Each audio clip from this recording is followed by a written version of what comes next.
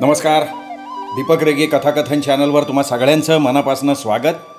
आज तुम्ही ऐकणार आहात शुभदा साने यांची भूमिका ही कथा. आनंद पार्कवरनं पुढे गेल्यावर सीमाताईने नेहमीप्रमाणे घड्याळात बघितलं.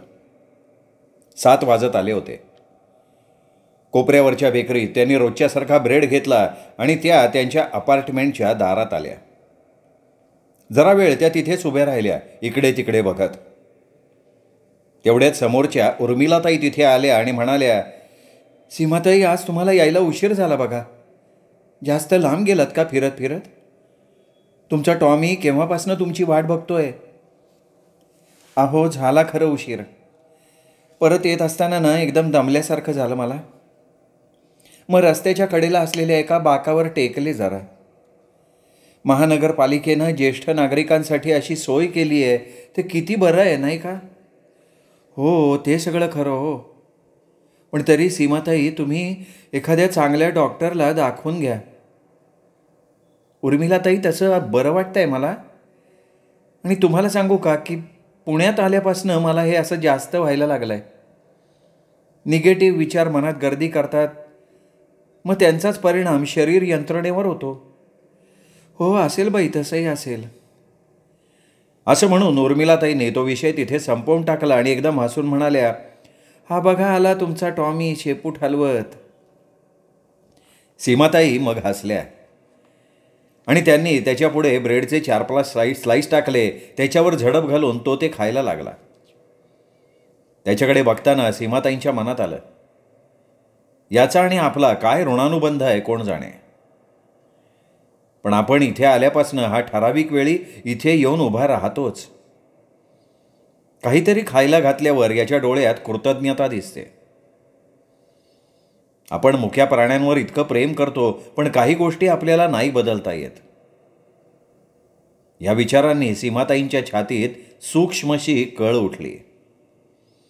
तेवढ्यात त्यांना अरविंदरावांची आठवण झाली. ते वाट बघत असणार चहासाठी.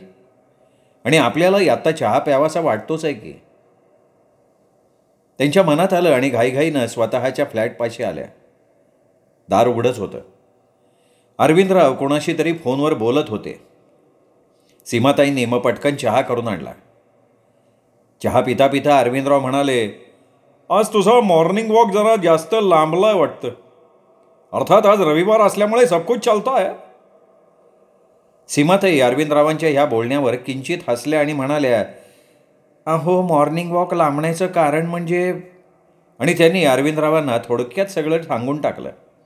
दमायला झालं, मग तिथल्या बाकावर बसावंसं वाटलं वगैरे वगैरे. अरविंदरावांनी ते हसण्यावारी नेलं आणि म्हणाले, ठराविक वयानंतर होतो असा त्रास, त्यात एवढं काय वाटून घ्यायचं आहे. आणि हवा असेल ना तर एखाद्या चांगल्या डॉक्टरला दाखवून टाक. अहो, खरं तर सगळे माझ्या मनाचे खेळ. मग असं कर, एखाद्या मानसोपचार तज्ज्ञाला दाखव, मी चौकशी करतो. हां, असं म्हणून अरविंदरावांनी वर्तमानपत्रात डोकं खुपसलं. सीमाताई मात्र सुन्नपणे तशाच बसून राहिल्या. पुण्याशी आपला जुना ऋणानुबंध आहे, म्हणून पुण्यात आल्यापासनं आपल्याला मानसिक त्रास जास्त व्हायला लागला आहे, हेच खरं. अरविंदरावांची बदली पुण्याला व्हायलाच नको होती. पण आपल्या थोडंच ते हातात असतं. आणि खरं तर आपल्या आतल्या मनानं पुण्याचा ध्यास नव्हता का घेतला. आणि इथे आल्यावर मात्र 6 महिने होत आले इथे येऊन, पण प्रत्येक दिवशी मनातले विचार पुसून टाकण्यासाठी सीमाताईंनी ताजं वर्तमानपत्र उघडलं. नेहमीच्याच बातम्या. खुर्चीसाठी रंगलेलं राजकारण, कुठेतरी खून, दरोडा, कोणावर तरी बलात्कार. ह्या बातम्यांवरनं नजर फिरवल्यावर त्यांनी एकदम शेवटचं पान उघडलं. त्या दिवशी शुक्रवार होता. शुक्रवारी त्या वर्तमानपत्राची छोटीशी पुरवणी प्रसिद्ध व्हायची. स्थानिक लोकांच्या साहित्यालाच त्या पुरवणीत स्थान दिलं जायचं. गावातल्या एका कर्तृत्ववान माणसाचा परिचय त्या पुरवणीत छापलेला असायचा. आज बघूया कोणाची ओळख करून दिली आहे, असं मनाशी म्हणत सीमाताई ती पुरवणी बघायला लागल्या. डॉक्टर सौरभ देशमुख नाव वाचलं आणि त्या थोड्या चमकल्या. काळजीपूर्वक त्यांनी फोटो बघितल्या, मग त्या माहिती वाचायला लागल्या. डॉक्टर सौरभ देशमुख, प्रसिद्ध मानसोपचार तज्ज्ञ, कोणाचाही आधार नसताना स्वकर्तृत्वावर पुढे आलेलं व्यक्तिमत्व. जन्मदात्या आईवडिलांनी नाकारलं, पण वात्सल्य आश्रमानं मायेची ऊब दिली. परिस्थितीशी झगडत त्यांनी जीवन प्रवासाला सुरुवात केली. त्यांच्या जवळची जमेची बाजू होती त्यांची बुद्धिमत्ता. तिचा त्यांनी पुरेपूर उपयोग करून घेतला आणि यशाचं शिखर गाठलं. अजूनही पुढे काहीतरी लिहिलं होतं, पण पुढची अक्षरं सीमाताईंना दिसेच नात. त्यांच्या अश्रूंमध्ये ती वाहून गेली. त्यांचं सगळं शरीर थरथरायला लागलं. सीमा, अगं तू अजून इथेच बसून राहिली आहेस? कसला विचार चाललाय? नाही, अर्थात आज मला काही घाई नाही आहे आणि तुला सांगायचं राहिलं बरं का, की आज मी घरी जेवायला येणार नाही. आमच्या ऑफिसमधले ते रंगनाथन आहेत ना, ते आम्हाला आज पार्टी देणार आहेत प्रमोशनची. केस विंचरता अरविंदराव म्हणाले आणि झटक्यात बाहेर पडले. सीमाताईंनी मग पुन्हा एकदा चहा करून घेतला. आज आपण एकट्याच आहोत, कढी भाताचा बेत करावा, जास्त काही नकोच करायला, त्यांनी ठरवून टाकलं. मग सावकाश आंघोळ केली. नंतर कुंकू लावण्यासाठी आरशापुढे जाऊन उभ्या राहिल्या. पण आरशातलं प्रतिबिंब नेहमीसारखं सुरेख दिसत नव्हतं. हा कशाचा परिणाम? त्यांनी मनालाच प्रश्न विचारला. मन काहीतरी उत्तर देणार होतं, तेवढ्यात फोन वाजला आणि त्या भानावर आल्या. कदाचित अरविंदरावांचाच फोन असेल. संध्याकाळी कुठेतरी जाण्याचा बेत त्यांनी आखला असेल, असा विचार करतच सीमाताईंनी फोन उचलला, पण तो रॉंग नंबर होता. फोन बंद करून त्यांनी भात टाकला, छानपैकी कढी केली, पोह्याचे पापड तळले, लिंबाचं लोणचं काढलं. ते सगळं त्यांनी पानात वाढून घेतलं. गरम भाताचा वास घमघमला आणि त्यांच्या पूर्वीच्या स्मृती जागृत झाल्या. पूर्वीच्या संसारातल्या आठवणी. पूर्वी हा बेत नेहमीच केला जायचा, अच्युतरावांच्या आवडीचा बेत. सीमाताई जेवत होत्या, पण आता त्यांचं मन त्यांच्या ताब्यात राहिलं नव्हतं. ते कधीच पळत सुटलं होतं. 25 वर्ष मागे जाऊन थांबलं होतं, एका छोट्याशा घरापाशी. 3 खोल्यांची जागा, हौसेनं मांडलेला संसार, उमद्या व्यक्तिमत्वाचे पती अच्युतराव, हौशी आणि रसिक. त्यांची नोकरी बेताचीच होती, पण जे काही पैसे हातात येत होते त्यात ते हौसमौस करत होते. सीमाताई त्यांच्या त्या एवढ्याशा जगात जरी सुखी असल्या तरी एखाद्या श्रीमंत मैत्रिणीकडे जाऊन आल्यावर त्या खूप अस्वस्थ व्हायच्या, एवढं मात्र खरं. श्रीमंतीचं त्यांना जबरदस्त आकर्षण होतं. सौरभचं त्यांच्या संसारात पदार्पण झालं आणि सगळा संसारच सुगंधी होऊन गेल्यासारखं वाटलं सीमाताईंना. पण त्याचवेळी भविष्य कठोर हास्य करत होतं. त्याच्या मनात काहीतरी वेगळंच दडलं होतं. जे काही दडलं होतं ते लवकरच समोर आलं. चांगले धड धाकट असलेले अच्युतराव आजारी पडले. सुरुवातीला वाटलं असेल काहीतरी साधं. फॅमिली डॉक्टरांनी औषधं दिली, पण गुण येईना. मग स्पेशालिस्ट झाले, पण आजार कमी व्हायची लक्षणंच दिसेनात. उलट तो वाढत गेला. त्यांनी गंभीर रूप धारण केलं. प्रयत्नांची पराकाष्ठा करूनही शेवटी व्हायचं तेच झालं. अच्युतरावांच्या निर्जीव शरीराला मिठी मारून सीमाताईंनी अश्रूंना वाट करून दिली. नंतरही बरेच दिवस ते अश्रू वाहतच होते. लहानगा सौरभ स्वतःच्या हाताने त्यांचे अश्रू पुसायचा. आई, रडू नकोस ना, बोबड्या शब्दात म्हणायचा. तेव्हा तो फक्त 3 वर्षांचा होता. स्वतःचं नाव ऐटीत सांगायचा, सौरभ देशमुख. त्याला घेऊन सीमाताई माहेरी आल्या. दुसरं गत्यंतरच नव्हतं. सुरुवातीला सीमाताईंबद्दल सहानुभूती असणाऱ्या माहेरच्या लोकांचं वागणं हळूहळू बदलत गेलं.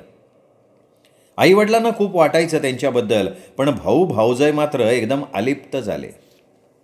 दुसऱ्या लग्नाचा प्रस्ताव एक दिवशी भावानं त्यांच्यापुढे मांडला. त्यावर त्या म्हणाल्या, दुसऱ्या लग्नाचं तू म्हणतोयस, पण अजून माझ्या मनाची तयारी होत नाही आहे. आणि समजा ती तयारी झाली तरी सौरभचं काय? त्याची जबाबदारी घ्यायला कोणी तयार होईल का? अगं, तुझ्या सौंदर्याकडे बघून होईल की कोणीतरी तयार. आणि तसा कोणी नाहीच भेटला तर दुसरा मार्ग आहे की. दुसरा मार्ग? सीमाताईंच्या या प्रश्नात आश्चर्य होतं. त्यांना वाटलं दुसऱ्या लग्नाच्या भानगडीत पडूच नये. एखादी छोटीशी नोकरी करावी, स्वतंत्र जागा घ्यावी आणि सौरभला घेऊन तिथे राहावं, त्याला मोठं करावं. पण हे सगळं इतकं सोपं आहे का? हल्ली नोकऱ्या तरी कुठे पटकन मिळतात. सीमाताईंच्या मनात वादळ घोंगावत राहिलं उलट सुलट विचारांचं. काही दिवस त्यांनी नोकरी शोधण्यात घालवले. एका प्रायव्हेट कंपनीत त्यांना नोकरी मिळाली, पण साहेबांची वखवखलेली नजर जेव्हा त्यांच्या अंगोपांगावरनं फिरायची तेव्हा त्यांना मेल्याहून मेल्यासारखं व्हायचं. त्यांनी एकदा हे भावाला सांगितलं तेव्हा तो म्हणाला, अशा वखवखलेल्या नजरा कुठल्याही नोकरीत तुला टोचणारच आहे. त्यांचे हल्ले तू कसे परतवणार आहेस कोण जाणे. त्यापेक्षा तू पुन्हा लग्नाचा विचार कर, हे मी तुला परत परत सांगतोय. असं बोलून भावानं सीमाताईंवर थोडं दडपणच आणलं. त्यांच्या मर्जीविरुद्ध त्यांनी 2 स्थळं आणली. एक होते रमाकांत पाटणकर आणि दुसरे होते अरविंद भावे. दोघांनी सीमाताईंना पसंत केलं. आता निर्णय घेण्याची वेळ सीमाताईंवर आली होती. रमाकांतांची नोकरी सामान्य होती, जागा छोटीशीच, ती पण भाड्याची. घरात म्हातारी आई होती, तिची जबाबदारी घ्यावी लागणार होती. तसं त्यांचं स्थळ अगदी सामान्य होतं, पण एक मात्र जमेची बाजू होती, ते सौरभला सांभाळायला तयार होते. त्यांच्यापेक्षा अरविंद भावेंचं स्थळ खूपच उजवं होतं. ते उत्तम शिकलेले होते, एका चांगल्या कंपनीत उच्च पदावर होते. एका मोठ्या अपघातात त्यांची बायको नुकतीच गेली होती, त्यामुळे त्यांना पुन्हा लग्न करायचं होतं. त्यांना उन्मेष नावाचा मुलगा होता, पण त्याला त्यांनी हॉस्टेलवर ठेवलं होतं. सीमाताईंना त्याचं काहीही करावं लागणार नव्हतं.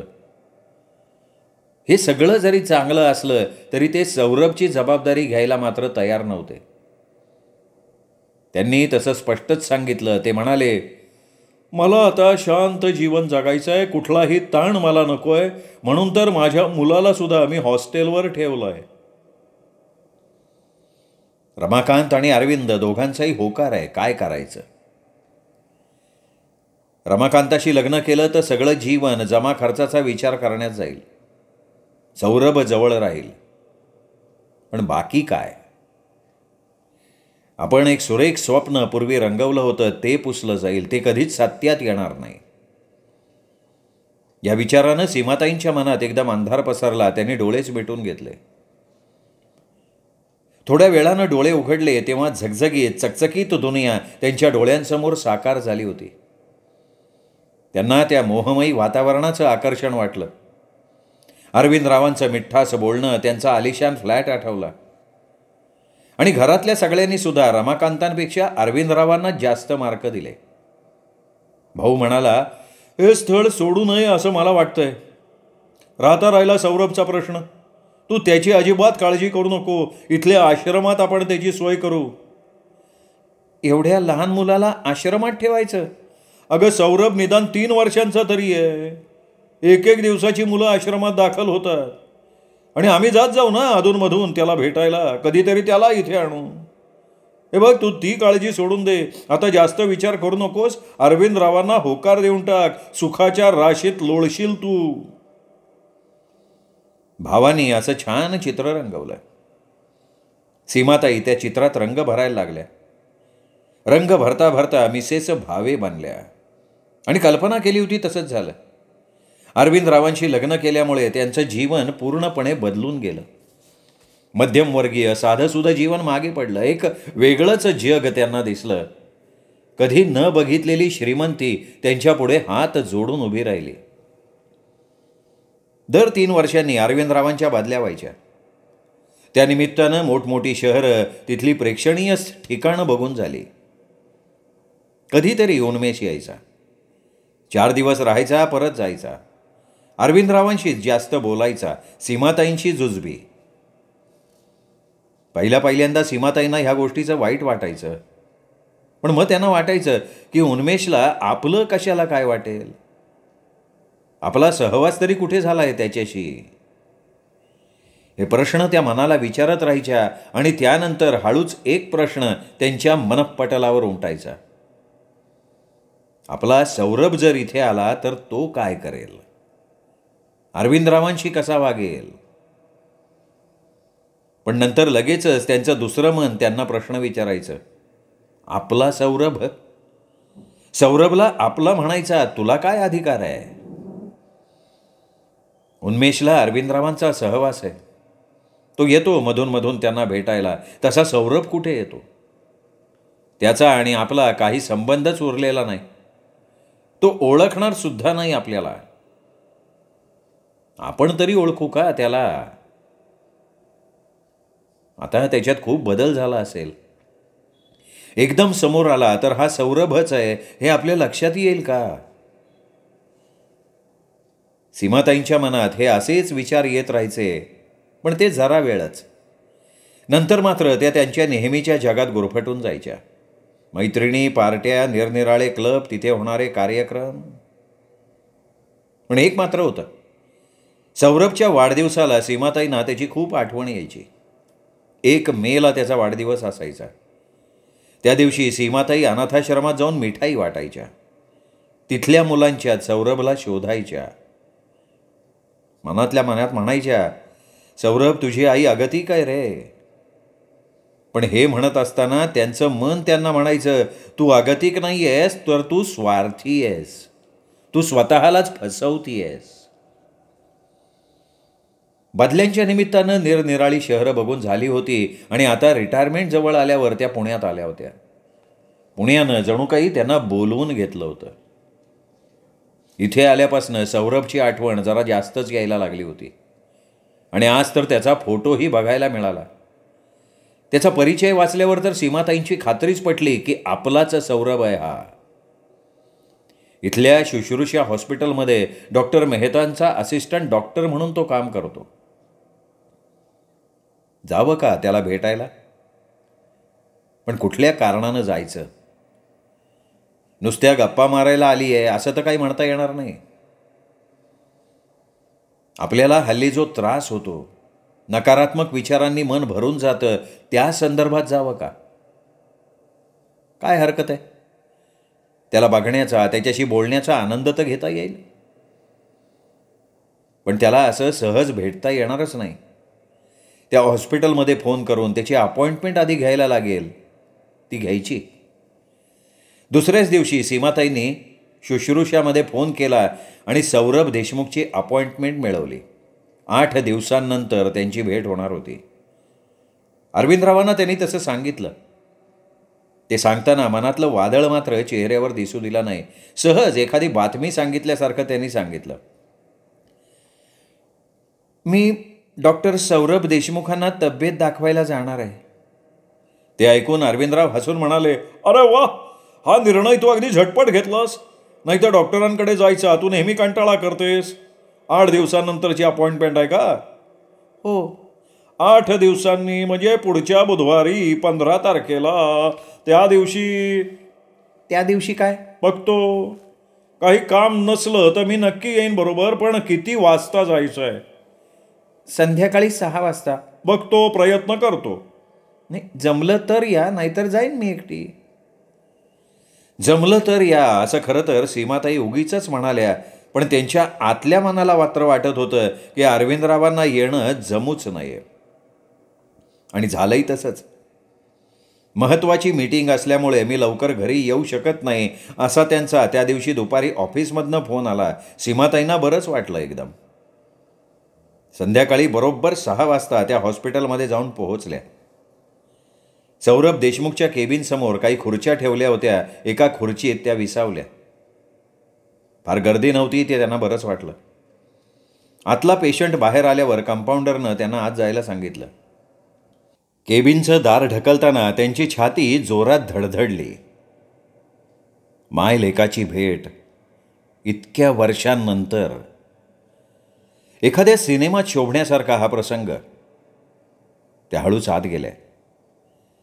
खुर्चीवर डॉक्टर सौरभ देशमुख बसले होते. उंच नीच, भरदार शरीरयष्टीचे, उलटे वळवलेले केस, डोळ्यांवर चष्मा. पूर्वीचा गोरा रंग परिस्थितीच्या झंझावातात काळवंडलेला. सभोवतालची परिस्थिती माणसावर कळत नकळत परिणाम करत असते, हेच खरं. हा सौरभ जर आपल्या मायेच्या छत्राखाली घराच्या उभेत राहिला असता तर कसा दिसला असता. सीमाताई मनातल्या मनात चित्र रंगवायला लागल्या. सौरभ देशमुखच्या व्यक्तिमत्वात अच्युतरावांना शोधायला लागल्या. त्यांच्या डोळ्यातून आपोआप पाणी यायला लागलं. डॉक्टरांच्या नजरेतनं ते सुटलं नाही. ते म्हणाले, मॅडम प्लीज रडू नका. तुमचा प्रॉब्लेम काय आहे ते मला सांगा. सीमाताईंना क्षणभर वाटलं की छोटा सौरभच आपल्याला म्हणतोय, आई रडू नकोस ना ग. सीमाताईंनी मग रुमालानं डोळे पुसले. त्या एकदम भानावर आल्या आणि सांगायला लागल्या, त्याचं काय आहे डॉक्टर? बदल्यांच्या निमित्तानं ह्यापूर्वी आम्ही पुण्यापासून लांब होतो. वेगवेगळी शहरं बघून झाली, निरनिराळी माणसं भेटली, बरे वाईट अनुभव आले आणि आता जवळजवळ 25 वर्षांनी आम्ही पुण्यात परत आलो आहे. पुण्याला आल्यापासून मला मानसिक त्रास खूप व्हायला लागला आहे. अकारण छातीत धडधडतं आणि मुख्य म्हणजे मनात सारखे नकारात्मक विचार येतात आणि सारखं रडावंसं वाटतं. सौरभ देशमुख सीमाताईंचं बोलणं लक्षपूर्वक ऐकत होते. मधूनच एखादा प्रश्न विचारत होते. जवळजवळ अर्धा तास सीमाताई बोलत होत्या. त्यांचं बोलणं संपल्यावर सौरभ देशमुखांनी त्यांना काही औषधं लिहून दिली. ती नियमित घ्यायला सांगितलं आणि ड्रॉवरमधनं एक छोटंसं पुस्तक काढून त्यांच्या हातात दिलं. त्या पुस्तकाचं नाव होतं जीवन सुंदर आहे. हे पुस्तक वाचा, मन लावून वाचा. एकदाच वाचून बाजूला ठेवून देऊ नका, परत परत वाचा. तुमच्या मनाचा सकारात्मक दृष्टिकोन व्हायला त्यामुळे मदत होईल. किती छान बोलत होते सौरभ. सीमाताईंनी ते पुस्तक हातात घेतलं. लेखकाचं नाव बघितलं, डॉक्टर सौरभ देशमुख. डॉक्टर, हे पुस्तक तुम्हीच लिहिलंय? हो. हे परत कधी देऊ? सावकाश द्या. आता भेटायला केव्हा येऊ? 1 महिन्यानंतर. तेव्हा आणीन पुस्तक. घाई करू नका तुम्ही पुस्तक परत देण्याची. रिक्षा करून त्या घरी आल्या. मन हलकं होण्याऐवजी जास्त जडच झालं होतं. त्यांच्या आधीच अरविंदराव घरी आले होते. कसं आहे डॉक्टर?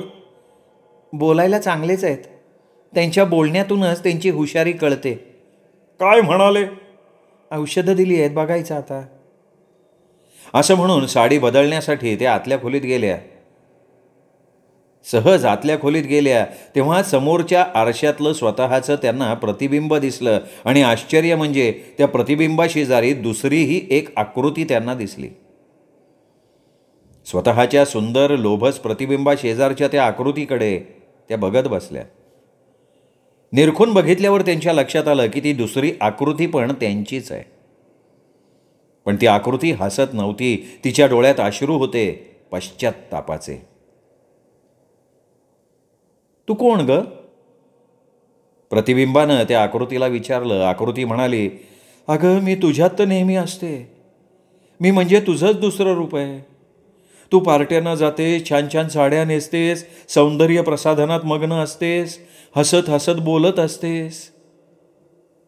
तेव्हा मी मात्र रडत असते तुझ्या मनाच्या एका कोपऱ्यात. तिचं बोलणं ऐकून सीमाताईंच्या लक्षात आलं की ते दुसरं रूप म्हणजे आपल्यातल्या आईच आहे. ती आई सारखी रडत असते दुरावलेल्या मुलाच्या आठवणीनं. पुण्यात आल्यापासून तर ती आई सारखी दिसायला लागली आहे. आणि दुसऱ्या दिवसापासून सीमाताईंना एक नवीनच नाद लागला, स्वतःचंच ते दुसरं रूप बघण्याचा, त्याच्याशी बोलण्याचा. काही दिवस मनाची हीच अवस्था. नंतर त्यांना वेगळाच भास व्हायला लागला. घरात वावरत असताना, नेहमीची कामं करत असताना दुसरंही कुणीतरी आपल्याबरोबर घरात फिरतंय, आपल्या मागे मागे करतंय असं त्यांना सतत वाटायला लागलं. मन शांत ठेवायचा त्या आटोकाट प्रयत्न करायच्या. सौरभ देशमुखांनी दिलेलं जीवन सुंदर आहे हे पुस्तक त्यांनी वाचून काढलं, तरी पण त्यांचं ते दुसरं रूप त्यांना त्रास द्यायचंच. खरं तर सौरभ देशमुखांनी 1 महिन्यानी त्यांना बोलवलं होतं, पण फारच त्रास व्हायला लागला म्हणून महिना पूर्ण व्हायच्या आधीच त्या त्यांच्याकडे गेल्या आणि त्यांनी सगळी मनाची व्यथा त्यांना सांगितली. ते सांगत असताना साहजिकच त्यांच्या पूर्वायुष्यात घडून गेलेली ती क्लेशकारक घटना त्यांना सांगायलाच लागली. म्हणजे तुम्ही तुमच्या पोटच्या मुलाला अनाथाश्रमात ठेवून पुन्हा लग्न केलं आणि ह्याचा तुम्हाला आता पश्चात्ताप होतोय. हीच तुमच्या मनाची टोचणी आहे ना? सौरभ देशमुखांचा प्रश्न ऐकून सीमाताईंनी डोळे पुसले आणि त्या मानेनी हो म्हणाल्या. सौरभ काहीतरी बोलणार होते, तेवढ्यात त्या पटकन म्हणाल्या, कसं सांगू मी तुम्हाला? माझा धीर होत नाही आहे, तरी पण सांगते मी, कारण त्याच्याशिवाय मला चैन नाही पडणार. सांगा सांगा, मन मोकळं करा, त्यामुळे तुम्हाला बरं वाटेल. माझा दुरावलेला मुलगा म्हणजे तुम्हीच. त्या वर्तमानपत्रात तुमची माहिती वाचली आणि तुम्हाला भेटण्यासाठी धावत इथे आले मी. सौरभ देशमुख गप्प. त्यांचा चेहरा किंचित हल्ल्यासारखा वाटला सीमाताईंना, पण थोड्याच वेळात त्यांनी स्वतःला सावरलं. खिशातला रुमाल काढून डोळे टिपले आणि म्हणाले, ठीक आहे, म्हणजे त्यावेळी तुम्ही आगतिक होतात म्हणून तुमच्या हातून ते घडलं. तसं घडायचंच होतं. होतात माणसाच्या हातून अशा चुका. सीमाताई त्यांच्याकडे बघत राहिल्या. डॉक्टर सगळ्यांचा किती विचार करतात. दुसरा एखादा असता तर? ह्या विचारांनी सीमाताईंच्या चेहऱ्यावर हास्य पसरलं. बरं, तुम्हाला मी ही काही औषधं बदलून दिली आहेत, ती नियमित घ्या. निगेटिव्ह विचार मनात यायला लागले की मी दिलेलं पुस्तक वाचा, चांगले विचार मनात आणा, स्वतःला दोष देऊन दुःखी होऊ नका. डॉक्टर, पण माझ्यातली ती आई, माझं दुसरं रूप? मी तुम्हाला आत्ता एक इंजेक्शन देतो, ते खूप परिणामकारक इंजेक्शन आहे. त्यामुळे तुमचं ते दुसरं रूप तुम्हाला वेळी अवेळी सतावणार नाही. असं म्हणून सौरभ देशमुखांनी त्यांना एक इंजेक्शन दिलं. आता पुन्हा कधी येऊ? इंजेक्शन दर 15 दिवसांनी घ्यायचं आहे, तेव्हा आता तुम्ही 15 दिवसांनी या. अशी किती इंजेक्शन्स घ्यायची आहेत? तुम्ही नॉर्मल होईपर्यंत. काही दिवसांनी तुम्हीच मला सांगाल की आता मी अगदी व्यवस्थित आहे. तुम्ही तसं सांगितलं की सगळी औषधं एकदम बंद. असं म्हणून सौरभ छान हसले. अच्युतराव सुद्धा असंच हसायचे. दिलखुलास. सीमाताईंच्या मनात आलं. दुसऱ्या दिवसापासून त्यांनी त्यांची जीवनशैली बदलूनच टाकली. स्वतःला जास्त उत्साहात, आनंदात ठेवायचा त्या प्रयत्न करायला लागल्या. सतत माणसात मिसळायला लागल्या. एकटं राहिलं की मनात नकारात्मक विचार गर्दी करतात असं त्यांना वाटायचं, म्हणून त्या माणसांच्या संपर्कात राहायच्या. तरीसुद्धा काही वेळा त्यांचं दुसरं रूप त्यांना त्रास द्यायचंच. त्या मग सौरभ देशमुखांना फोन करायच्या. डॉक्टर, तुम्हाला आत्ता वेळ आहे का? तुमच्याशी जरा बोलायचं आहे, असं विचारायच्या. काही वेळा ते म्हणायचे, आता मी जरा गडबडीत आहे, पण थोड्या वेळानं मीच तुम्हाला फोन करीन. आणि खरंच त्यांचा फोन यायचा. फोनवर ते खूप छान बोलायचे. त्यांचं बोलणं ऐकल्यावर उत्साह यायचा. चांगल्या विचारांनी मन भरून जायचं. एकदा तर त्यांना फोन करून त्या म्हणाल्या, डॉक्टर, आज रविवार, तुम्हाला आज सुट्टी असेल ना? हो, पण असं काय विचारताय? आज आमच्या घरी येणं तुम्हाला जमेल का, हे विचारायला मी जरा फोन केला. तुम्हाला खरंच सांगते. तुम्ही मला तुमच्या घरी बोलवताय का बरं? आता तब्येत बरी आहे माझी, तरी पण अगदी क्वचित काहीतरी भास होतात. तुम्ही घरी आलात ना तर तुम्हाला सगळं नीट सांगेल. याल ना तुम्ही? मला खरं तर आज अजिबात वेळ नाही आहे. रविवार असला तरी दुसरी कामं आहेत. उद्या तुम्ही हॉस्पिटलमध्ये या की. उद्यापर्यंत थांबणं शक्य नाही डॉक्टर. मला आज आत्ता तुमच्याशी बोलायचं आहे. हा तुमच्या आईचा हट्ट आहे. केव्हा याल तुम्ही? तुम्ही एवढं म्हणताय म्हणून मी तुमच्यासाठी 1 तास वेळ काढीन. आज संध्याकाळी 5 वाजता येतो मी. असं म्हणून सौरभ देशमुखांनी सीमाताईंना त्यांचा पत्ता विचारला. फोन बंद झाल्यावर सीमाताईंना वाटलं किती चांगले आहेत डॉक्टर. एवढा मोठा मानसोपचार तज्ज्ञ पण आपल्या घरी यायला तयार झाला, सगळं कळून सुद्धा.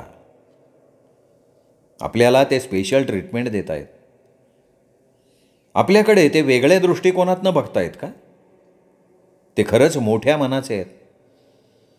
त्या दिवशी सौरभ देशमुख येऊन गेल्यावर सीमाताईंचं मन एकदम हलकं झालं. जवळजवळ वर्षभर त्यांची ट्रीटमेंट चालू होती. त्यांच्या औषधांमुळे, इंजेक्शन्समुळे सीमाताईंवर चांगला परिणाम होत होता. आता नकारात्मक विचार मनात येत नव्हते. डॉक्टरांनी आता गोळ्याही कमी केल्या होत्या, हळूहळू त्या बंद करू असंही ते म्हणाले होते. ट्रीटमेंट संपल्यावरही आपण त्यांच्याशी संबंध ठेवायचा. आपण त्यांना वरचेवर घरी बोलवायचं जेवायला. त्यांची आवडनिवड विचारून घ्यायची. त्यांच्या आवडीचे पदार्थ त्यांना खाऊ घालायचे. पूर्वीच्या चुका आपण आता निस्तरायच्या, निदान तसा प्रयत्न तरी करायचा. सीमाताईंनी असं बरंच ठरवलं. अरविंदरावांना मात्र त्यांनी हे काहीही सांगितलं नाही. ह्या बाबतीत त्यांनी त्यांना लांबच ठेवलं. आणि एके दिवशी त्यांनी खरंच सौरभ देशमुखला फोन केला. जेवायला यायचं निमंत्रण दिलं. अरविंदराव त्या दिवशी कुठेतरी बाहेरगावी जाणार होते. तोच दिवस त्यांनी मुद्दाम निवडला. अहो, जेवायचं कशाला असं सौरभ म्हणत होते, पण सीमाताईंनी ऐकलं नाही. यायलाच पाहिजे तुम्ही, हा ठेका त्यांनी चालू ठेवला. शेवटी त्यांनी विचारलं, ठीक आहे, किती वाजता यायचं आहे? त्यांचा प्रश्न ऐकून सीमाताईंच्या मनात आनंदाची कारंजी उडायला लागली. हा प्रश्न विचारतायत म्हणजे ते आपल्याकडे यायला तयार आहेत. याचा अर्थ त्यांनी आई म्हणून आपला स्वीकार केला आहे, आपल्याला माफ केलं आहे. किती वाजता यायचं आहे? पुन्हा त्यांनी तोच प्रश्न विचारला आणि सीमाताई भानावर आल्या. डोळ्यात जमलेलं पाणी पदरानं पुसून टाकत त्या म्हणाल्या, घाई करू नका, सावकाश या. नेहमी किती वाजता जेवता तुम्ही? त्याच वेळी या. हां, आणि एक विचारायचं म्हणजे तुम्हाला गाजर हलवा आवडतो ना? सौरभ देशमुख 12:30 वाजता आले. बेलचा आवाज ऐकून सीमाताई धावत बाहेर गेल्या. ते आत आले, सोफ्यावर बसले. सीमाताई त्यांच्या समोर बसल्या. काहीबाई बोलत राहिल्या. तुमचे मिस्टर कुठे दिसत नाहीत? त्यांना नेमकं महत्त्वाच्या कामासाठी परगावी जावं लागलं. आता ते असताना एकदा बोलवीन तुम्हाला मी, असं म्हणून सीमाताई त्यांना स्वयंपाकघरात घेऊन गेल्या. जेवणाची सगळी जय्यत तयारी टेबलावर होतीच. अहो, हे एवढं सगळं कशाला? मी सांगायला हवं होतं तुम्हाला की मी अगदी लाईट खातो म्हणून. असू देव, एखाद दिवशी चालतं. आज किती दिवसांनी मी माझ्या मुलाला आग्रह करून वाढतीये, वाढू देत मला. हे बोलताना सीमाताईंचे डोळे अखंड पाझरत होते. आज माझं मन अगदी हलकं हलकं झालंय, पिसासारखं हलकं. निदान आज मला एवढं तरी करता आलं. सौरभ देशमुखांच्या हातावर सुपारीची चिमूट ठेवता ठेवता सीमाताई म्हणाल्या. त्यावेळी सौरभ कुठल्या तरी विचारात गडले होते. नंतर ते बाहेर पडले. स्वतःच्या इनोव्हामध्ये बसता बसता त्यांनी सीमाताईंच्याकडे बघितलं. किती कौतुकानं ह्या आपल्याकडे बघतायत. यांच्या चेहऱ्यावरचा आनंद काही वेगळाच आहे. ह्या आता अगदी नॉर्मल झाल्या आहेत. यांची पूर्वीची अवस्था मात्र कठीणच होती. असंच काहीतरी त्यांच्या मनात आलं आणि त्यांनी गाडी स्टार्ट केली. जरा पुढे गेल्यावर त्यांना वाटलं, एका आईला आपण फसवतोय का? मी तुमचा सौरभ नाही. पुण्याच्या आश्रमात मी पहिल्यापासनं नव्हतो. मी आधी संगमनेरला होतो. वडील आणि मी दोघंच घरात असायचो. आई नव्हतीच. वडिलांना माझी जबाबदारी पेलवेना म्हणून ते मला घेऊन पुण्याला आले. इथल्या वात्सल्य आश्रमाच्या दारात मला सोडून देऊन त्यांनी पळ काढला. स्वतःच्या हुशारीवर मी इथपर्यंत मजल मारली. पण सीमाताई, मी तुमचा सौरभ नाही. माणसांसारखी माणसं असतात, नावांसारखी नावं असतात, परिस्थिती पण तशीच असते. तरीही व्यक्तींमध्ये फरक असतो. या शब्दात सीमाताईंना हे सगळं सांगून आपण मोकळं व्हावं असं खूप वेळा आपल्या एका मनाला वाटलं. पण त्याचवेळी आपल्या दुसऱ्या मनानं आपल्याला मागे ओढलं आणि विचारलं, असं सीमाताईंना सांगून तू काय मिळवणार आहेस? तू त्यांचा आनंद हिरावून घेणार आहेस का? सीमाताई मनोरुग्ण आहेत. त्या हे ऐकून कदाचित परत पहिल्या अवस्थेत जातील. मग तुझ्यातला मानसोपचार तज्ज्ञ तुला कधीही माफ करणार नाही. सौरभ देशमुखांना स्वतःच्याच 2 मनांचा संवाद आठवत होता. नंतर त्यांच्या मनात आलं, सीमाताईंचा खरा सौरभ जर ह्या जागी असता तर तो नक्कीच असं वागला नसता. तो नसता सीमाताईंच्याकडे जेवायला गेला. त्यांनी नसतं त्यांना माफ केलं. पण आपण केलं. कारण आपण फक्त नाटकातली एक भूमिका वठवतोय आणि ही भूमिका आपल्याला ह्यापुढे सुद्धा वठवायला लागणार आहे. आपण सीमाताईंना फसवत नाही आहोत. कारण आपण जे वागतोय तो एक मानसोपचाराचा भाग आहे. आणि हाच विचार करत करत सौरभ देशमुख गाडी चालवत होते.